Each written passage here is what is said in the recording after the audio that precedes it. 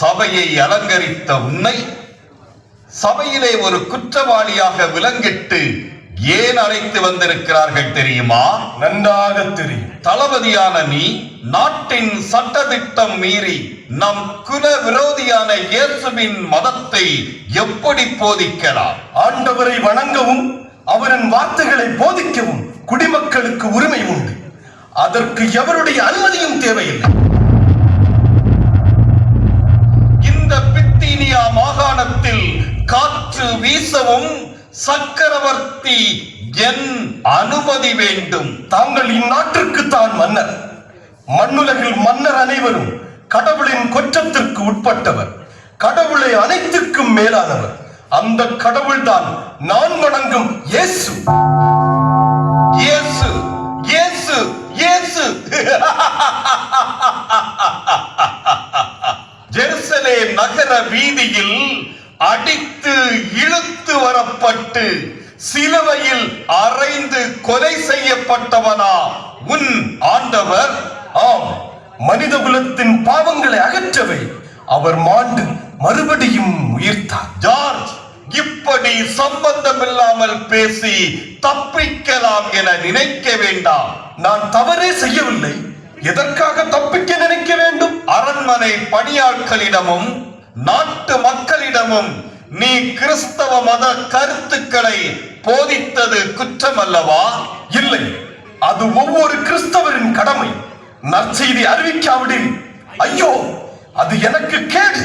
அப்படியெனில் நீ கிறிஸ்தவன் என்பதை ஒப்புக்கொள்கிறாயா?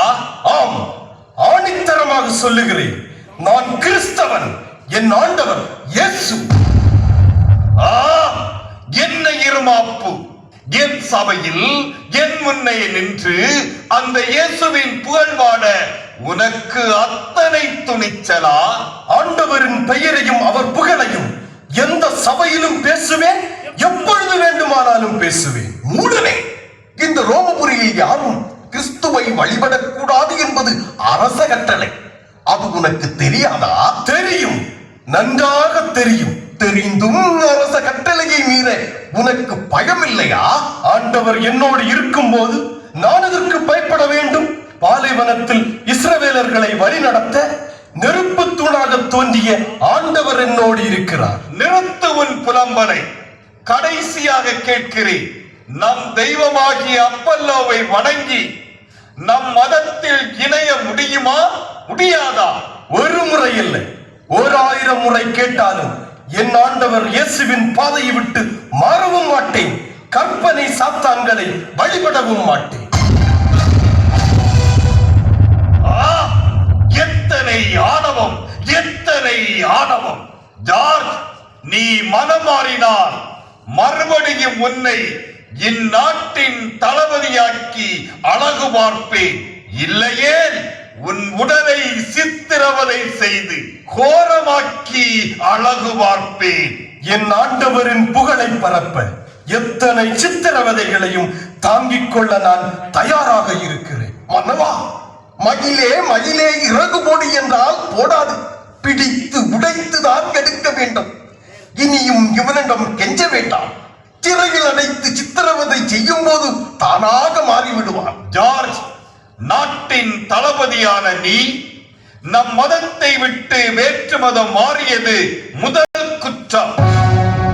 நாட்டு மக்களை நம் தெய்வத்தை வணங்க வேண்டாம், அந்த இயேசுவை வணங்குங்கள் என மனமாற்றம் செய்தது இரண்டாவது குற்றம்.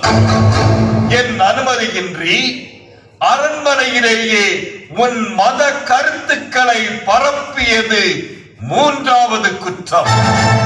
இத்தனை குற்றங்களையும் உணர்ந்து மன்னிப்பு கேட்கும் வரை இவனை இழுத்துச் சென்று நடுவீதியில் ஒரு மரத்தில் கட்டி வைத்து பார்ப்பவர்கள் பதறி அடித்து ஓடும் வகையில் மரக்கட்டையால் உடல் முழுவதும் அடித்து நொறுக்குங்கள்.